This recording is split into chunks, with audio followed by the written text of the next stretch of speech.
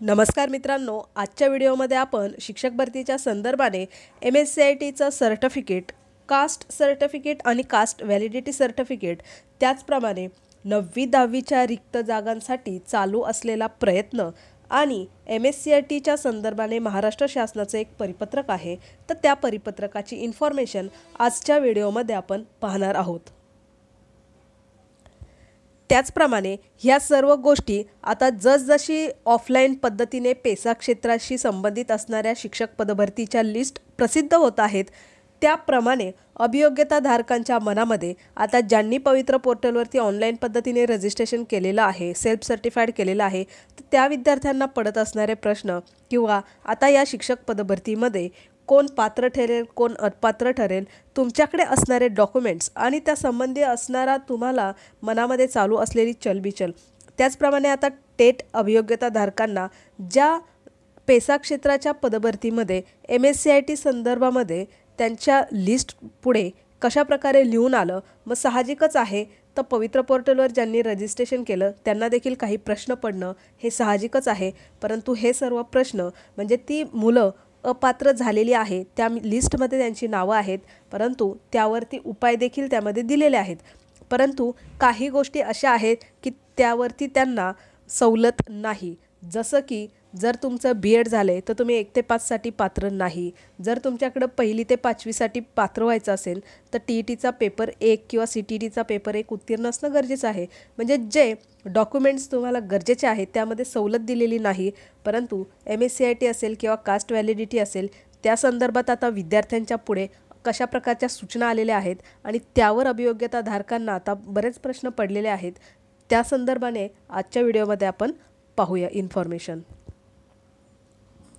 या ठिकाणी बघा, सर्वसाधारणपणे जे अभियोग्यताधारक आहेत त्यांच्या अपात्रतेची मेन कारणे आपण या आधीच्या व्हिडिओमध्ये बघितली होती, जसं की ते 1 ते 5 साठी पेपर 1 उत्तीर्ण असणं, 6 ते 8 साठी पेपर 2 उत्तीर्ण असणं किंवा त्यांचं क्रॉस एज्युकेशनल आणि प्रोफेशनल एज्युकेशन असणं, तर ह्या सगळ्या गोष्टी किंवा एखादा त्यांनी फॉर्म भरताना जसं की ते अधिवास प्रमाणपत्र आहे दाखवणं आणि त्यावेळेस जेव्हा डॉक्युमेंट्स व्हेरिफिकेशन होतं तेव्हा ते प्रमाणपत्र त्यांच्याकडे नसणं, ह्या ज्या जनरल गोष्टी आहेत त्या आपण या आधीच्या व्हिडिओमध्ये पाहिल्या होत्या। परंतु आता मेन हायलाईट झालेले जे मुद्दे आहेत ते आपण आजच्या व्हिडिओमध्ये बघूया। तर बघा, या ठिकाणी अपात्र असण्याचं कारण काय आहे, कारण ह्या कमेंट सेक्शनमध्ये काही कमेंट होत्या, त्यामुळे असे प्रश्न आपण घेऊया की बघा, मार्गदर्शक सूचनेनुसार उमेदवाराचे आवश्यक शैक्षणिक व व्यावसायिक अर्हता दिनांक 12/2/2023 अखेर धारण केलेली असावी।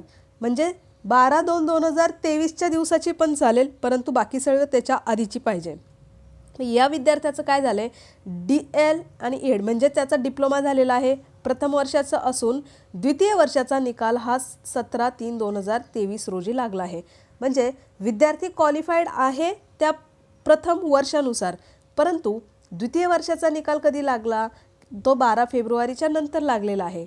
कारण तुमची डिग्री हा प्रथम वर्ष कन्सिडर करून केली जात नाही, तर तुमचे जे डिग्रीचे जेवढे डिप्लोमा असेल, डिग्री असेल, तुम्ही BA करत असाल, तुम्ही जर BA करत असाल आणि तुमचा फक्त FYचा फर्स्ट इयरच थोडी कन्सिडर केला जातो, FY, SY, TY ह्या तीनही वर्षांचा मिळून जेव्हा तुम्हाला मार्कशीट येतं किंवा शेवटच्या वर्षाचं जेव्हा मार्कशीट येतं तेव्हा तुम्ही ती डिग्री घेतलेली आहे असा त्याचा अर्थ होतो।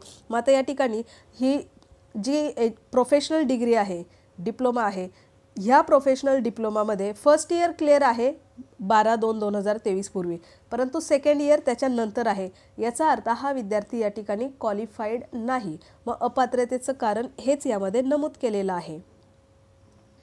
सेम आता 1 ते 5 साठी या विद्यार्थ्याचं अपात्रतेचं कारण आहे, सेम त्याच्या खालीच 6 ते 8 साठी इतिहासासाठी एका अभियोग्यताधारकाचं देखील कारण सेम आहे। म्हणजे डेटमुळे त्यांना जी काही शैक्षणिक व्यावसायिक अर्हतेसाठी 12/2/2023 ठरवून दिलेली लाईन आहे, या टाईमलाईनच्या पूर्वीचे डॉक्युमेंट्स असणं गरजेचं होतं। सेम म्हणजे यानुसार विद्यार्थी अपात्र ठरले। त्याचप्रमाणे अजून एक बघा, या ठिकाणी गैरहजर विद्यार्थी गैरहजर देखील राहतात। आता गैरहजर राहण्याची कारणं ते विद्यार्थी कदाचित TET किंवा CTET क्लिअर नसेल, ही भरती आहे ते 1 ते 8च्या वर्गांसाठीच्या शिक्षकाची पदभरती आहे आणि 1 ते 8 साठी एक तर TET किंवा CTET काहीतरी कंपल्सरी पाहिजेच, TET असेल किंवा CTET दोन्हींपैकी एक तरी कंप्लीट पाहिजे आणि 1 ते 5 साठी तुम्हाला पेपर 1 आणि 6 ते 8 साठी पेपर 2 ह्या 2 गोष्टी कंपल्सरी पाहिजेच. मग ज्या विद्यार्थ्यांना वाटतं आपण जर याच्यामध्ये पुढे टिकणारच नाही तर ते ह्या अशा प्रकारे मग त्या ठिकाणी ते विद्यार्थी गैरहजर राहतात. त्याचप्रमाणे या ठिकाणी बघा, उमेदवार जे काही प्रतिबंधित यादी आहे TETचे, ज्याला आपण फ्रॉड लिस्ट बोलतो, त्या फ्रॉड लिस्टमध्ये नाव असणाऱ्या उमेदवारांना या ठिकाणी पात्र केलेलं आहे. परंतु ते कसं, तर हे जे उमेदवार आहेत त्यांच्या न्यायालयाचा निकाल अजून बाकी आहे. त्यामुळे इथे ब्रॅकेटमध्ये लिहून येतं की प्रतिबंधित यादीत नाव, ह्या विद्यार्थ्यांचं त्या यादीमध्ये नाव आहे.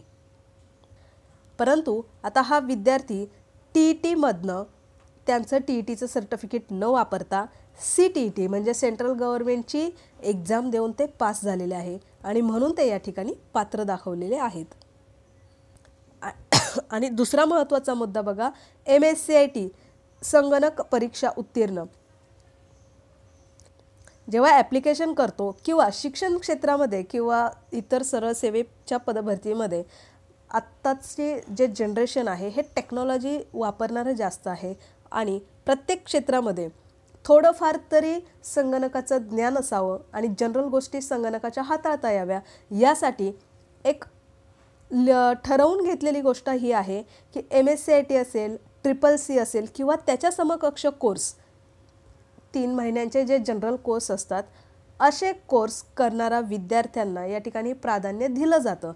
परंतु हे तितकं कंपल्सरी आहे, परंतु त्यांच्यासाठी टाईमलाईन दिलेली आहे. आता या ठिकाणी आहे MSCIT परीक्षा उत्तीर्ण दिनांक 10/8/2023. पात्रता कधीची लागते? 12 फेब्रुवारी 2023ची.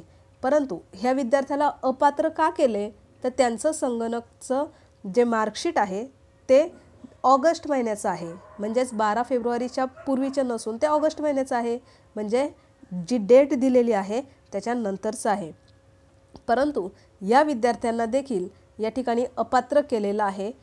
परंतु सर्वात महत्त्वाची गोष्ट अशी आहे की या विद्यार्थ्यांना जर काही ऑब्जेक्शन असेल तर ते 10 तारखेला म्हणजे आजच्या तारखेला ते त्या ऑफिसमध्ये जाऊन ते सिद्ध करून देऊ शकतात की आम्ही MSCITची परीक्षा उत्तीर्ण ह्या तारखेला केलेली आहे, परंतु एक GR आहे जो ह्या विद्यार्थ्याला अपात्रतेपासून वाचवू शकतो आणि पात्रतेवरती आणून ठेवू शकतो.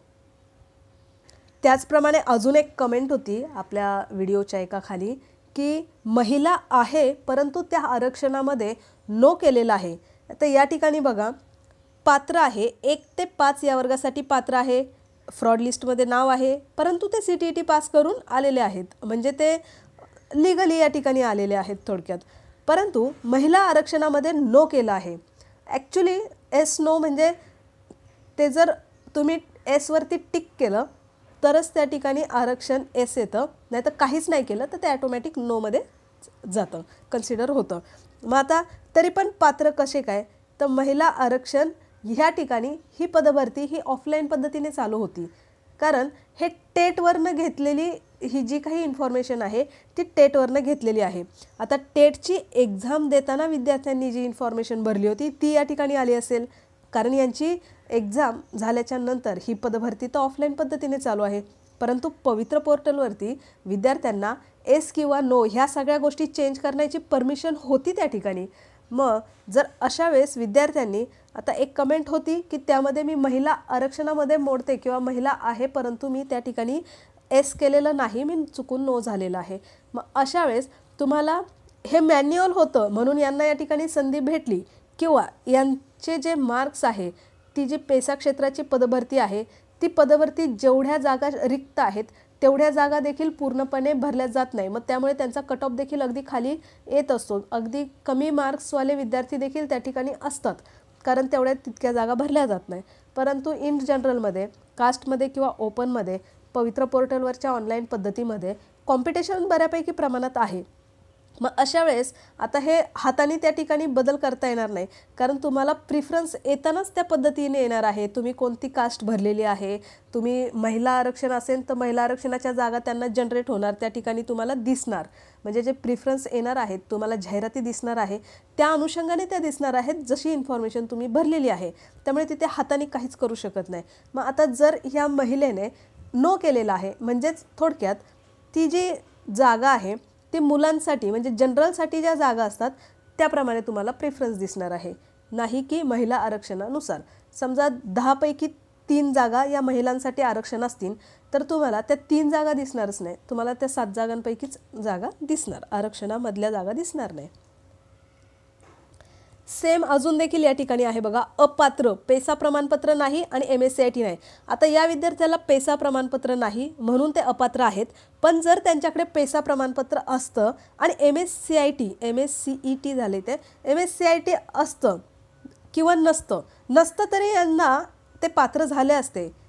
जर त्यांच्याकडे MSCIT नसतं तरी ते पात्र झाले असते, परंतु त्यांच्याकडे पेसा प्रमाणपत्र नाही, त्यामुळे ते अपात्रच राहतील. त्याचप्रमाणे 1 ते 5 साठी एक महिला आहे आणि पात्र झालेली आहे, परंतु आरक्षणामध्ये त्यांनी नो केलं आहे. म्हणजे पात्र का झालेत तर त्यांना ते टेटच्या याच्यानुसार ही इन्फॉर्मेशन आली होती. त्याचप्रमाणे या ठिकाणी नवीन मुद्दा बघूया जो या आधीच्या व्हिडिओमध्ये कधीच आला नव्हता. अपात्र असण्याचं कारण सर्व प्रमाणपत्रावरील वडिलांचं नाव असून अर्ज भरताना पतीचे नाव आहे. आता हा अर्ज कोणता, जेव्हा टेटची एक्झाम दिली तेव्हाचा अर्ज, पण गॅझेट सादर केलेलं नाही, नावात बदल केल्याचा पुरावा नाही. आपण नेहमी एक गोष्ट सांगतो की तुमच्या नावामध्ये बदल असेल, स्पेलिंगमध्ये बदल असेल, एखाद्या नंबरमध्ये जरी बदल असेल, सिंपल आहे, तुम्हाला फक्त 100 रुपयाच्या स्टॅम्प पेपरवरती हे सगळ्या गोष्टी लिहून घ्यायच्यात. सगळ्या गोष्टी एका स्टॅम्प पेपरवरती जरी टाकल्या तरी ते चालतं. एक तर गॅझेट करा किंवा ॲफिडेविट करा किंवा तुमचं लग्न झाल्याचं प्रमाणपत्र म्हणजेच मॅरेज सर्टिफिकेट तरी असावं लागतं.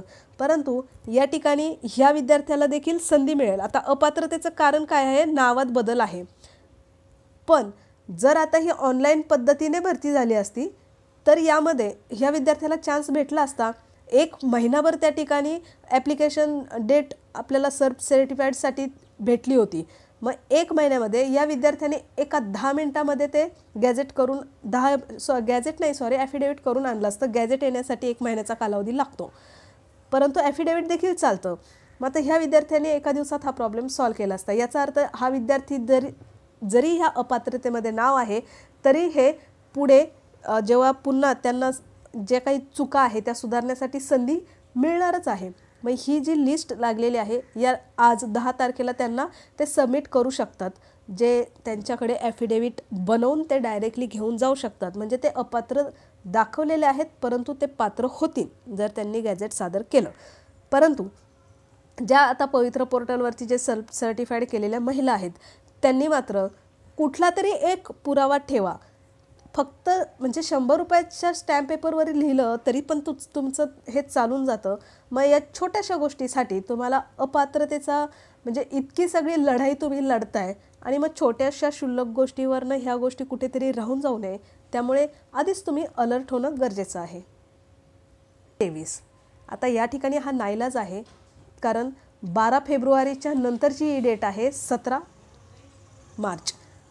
मार्च म्हणजे ही 12 फेब्रुवारीच्या नंतरची डेट आहे. निश्चितच ह्या गोष्टीला प्रॉब्लेम निर्माण होईल. परंतु आता तुम्ही जी इन्फॉर्मेशन ही या ठिकाणी भरलेली आहे, आता या ठिकाणी जर पवित्र पोर्टलचं जे ऑनलाईन ॲप्लिकेशन आहे यामध्ये जर फिल्टर लावले, जसं की डॉक्युमेंट्स अपलोड करताना डॉक्युमेंट्स अपलोड करताना या ठिकाणी त्या डेटच्या नंतरचे डॉक्युमेंट्स घेतलेच जात नव्हते. आता हे 2022च्या वरती भरलेत त्यामुळे हे डॉक्युमेंट्स अपलोड झाले त्या ठिकाणी, नाहीतर ते 12 फेब्रुवारीच्या नंतरचे डॉक्युमेंट्स अपलोड त्या ठिकाणी होतच नव्हते.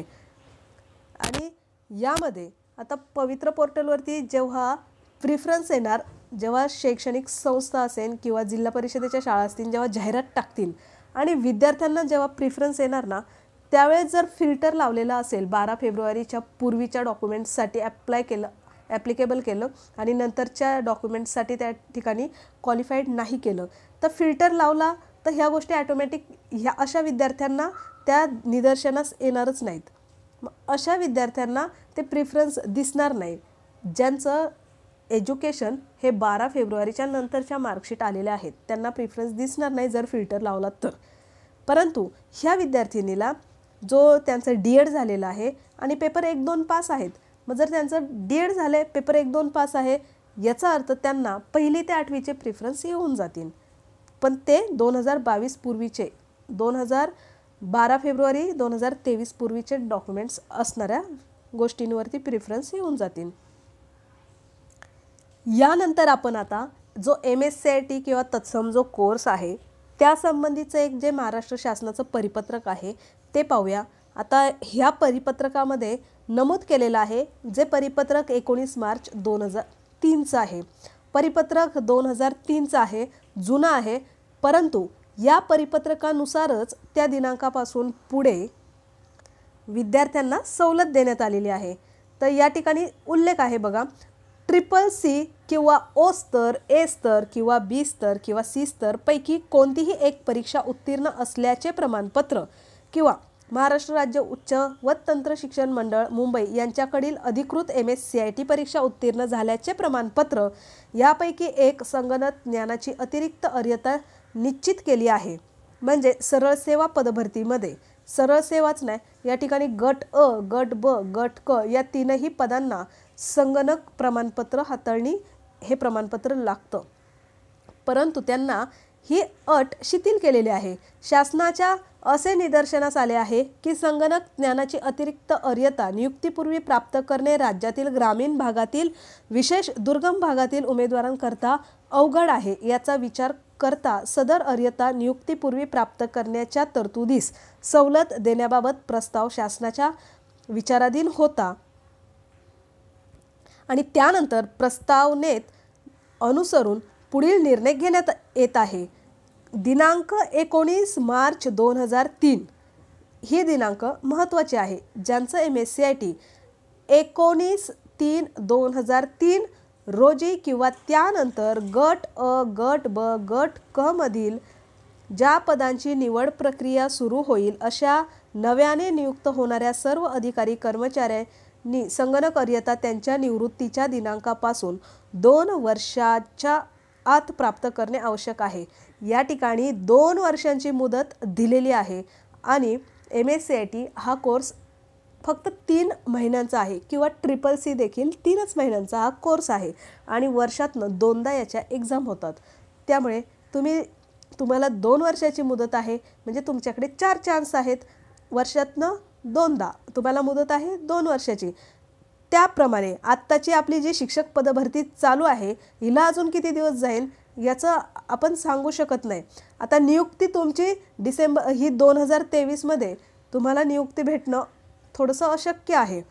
तुमची नियुक्ती ही 2024लाच जाणार आहे.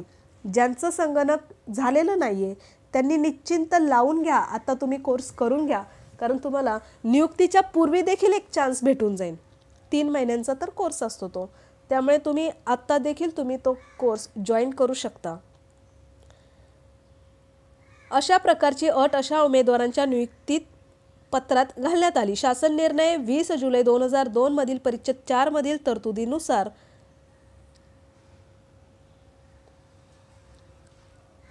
जास्तीत जास्त 300 रुपये इतकी रक्कम देय आहे. मात्र नव्याने परत पावतीचे रजिस्टर असो ते 19 मार्च 2030 पासून हा नियम लागू आहे आणि त्यानंतर हे जे परिपत्रक आहे हे ह्या सर्वांना निर्गमित करण्यात आलेलं आहे. राज्यपाल, मुख्यमंत्री, उपमुख्यमंत्री, सर्व मंत्री, राज्यपाल, उच्च न्यायालय, न्यायालय हे सर्वांना या ठिकाणी हे परिपत्रक देण्यात आलेलं आहे.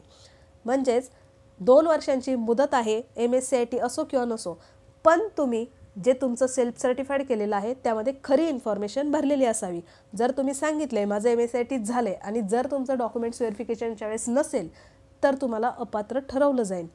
जी इन्फॉर्मेशन आहे ती खरी त्यामध्ये भरलेली असावी. अशा प्रकारे विद्यार्थ्यांना जेव्हा ही लिस्ट लागली तेव्हा टेट अभियोग्यताधारकांना अपात्र असल्याची ही जी काही नवीन कारणं आहे ती समोर आली, जसं महिलांसाठी गॅजेटचं सर्टिफिकेट असेल किंवा मॅरेज सर्टिफिकेट असेल किंवा ॲफिडेविट असेल, ही एक गोष्ट आहे, ती व्हॅलिड आहे आणि ती बरोबरच आहे. परंतु ती पेसा क्षेत्राची पदभरती ही ऑफलाईन पद्धतीने झाल्यामुळे त्या विद्यार्थ्यांना यामध्ये सुधारणा करण्यासाठी ऑनलाईन पद्धतच नव्हती.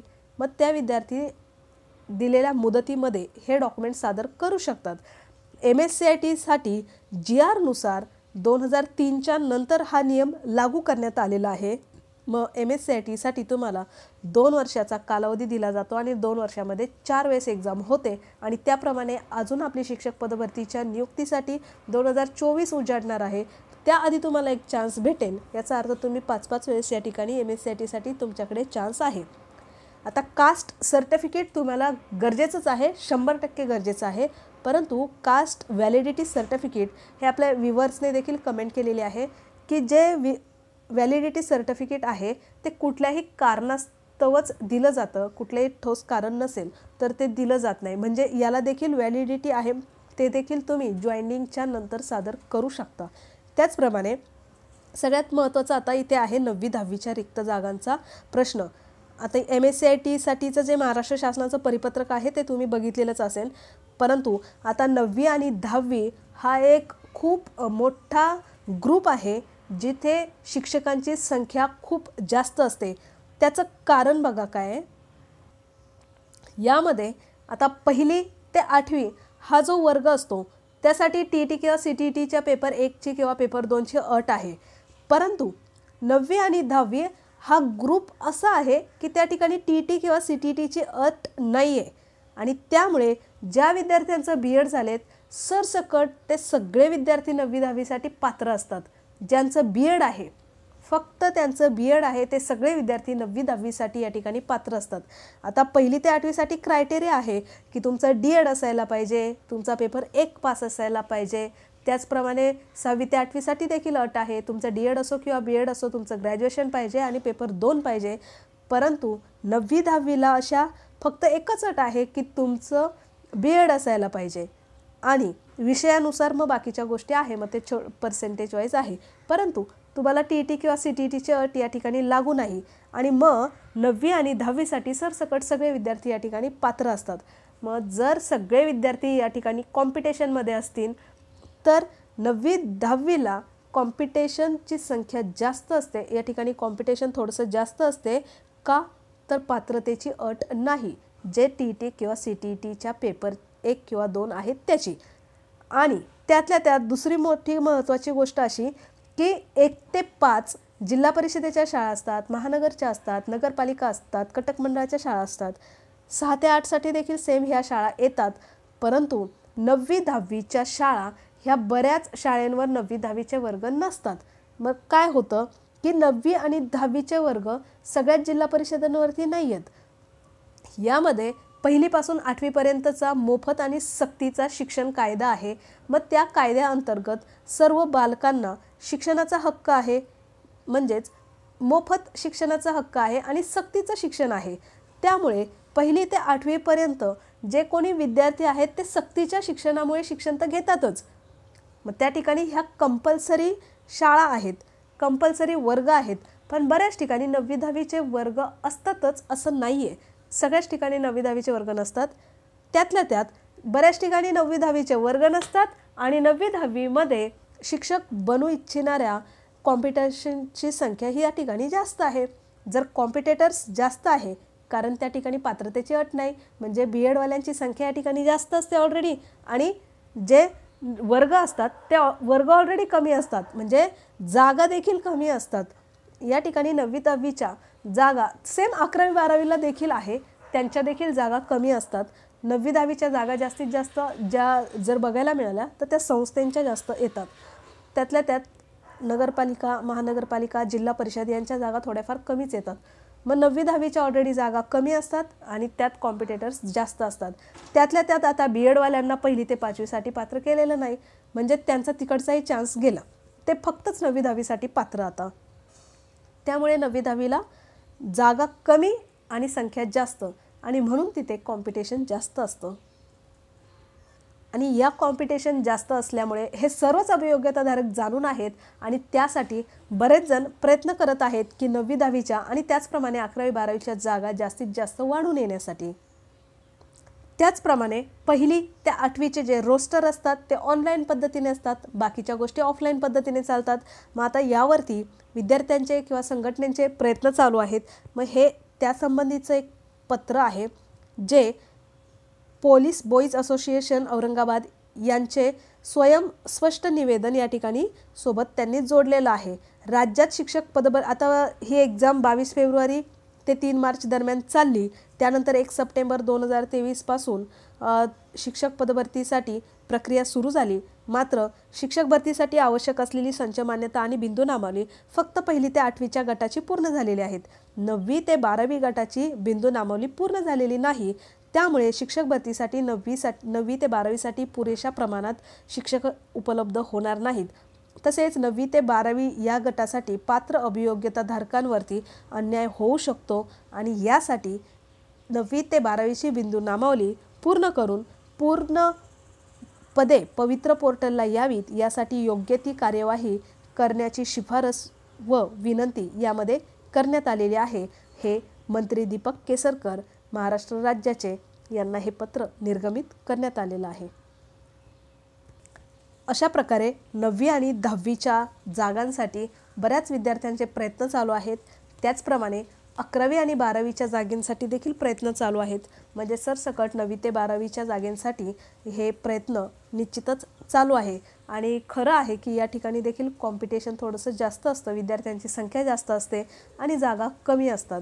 कारण 1ली ते 8वी हे मोफत सक्तीचं शिक्षण आहे, त्यामध्ये शाळेंची संख्या देखील जास्त असते। त्या शाळेंवरती 1ली ते 8वीचे वर्ग हे कंपल्सरी असतातच, परंतु बऱ्याच शाळेवरती 9वी 10वीचे वर्ग असतातच असं नाही आहे। त्यामुळे या ठिकाणी विद्यार्थी अभियोग्यताधारकांची संख्या खरं तर जास्त आहे आणि कॉम्पिटिशन म्हणून या ठिकाणी जास्त आहे। अशा प्रकारे आपण MSCITच्या संदर्भाने असणारं महाराष्ट्र शासनाचं परिपत्रक पाहिलं। कास्ट सर्टिफिकेट लागतं, परंतु व्हॅलिडिटी त्यासाठी मुदत दिली जाते, 6 महिन्यांच्या नंतर आत तुम्ही ते देऊ शकता।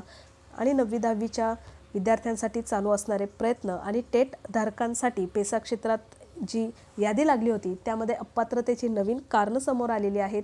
तर त्या कारणांमधनं आता पवित्र पोर्टलला ज्यांनी रजिस्ट्रेशन केलेलं आहे त्यांनी आपापले डॉक्युमेंट्स हे योग्य वेळेत आपले मिळवून ठेवणं गरजेचं आहे। त्यामुळे कमी विद्यार्थ्यांमध्ये हे कॉम्पिटिशन आहे, तर कमी विद्यार्थ्यांमध्ये देखील ज्यांचे डॉक्युमेंट्स नाही असे विद्यार्थी बाहेर पडतात, म्हणून तुमचे डॉक्युमेंट्स हे कंप्लीट ठेवायचे आहेत। अशा पद्धतीने आजचा व्हिडिओ आपण या ठिकाणी थांबवूया।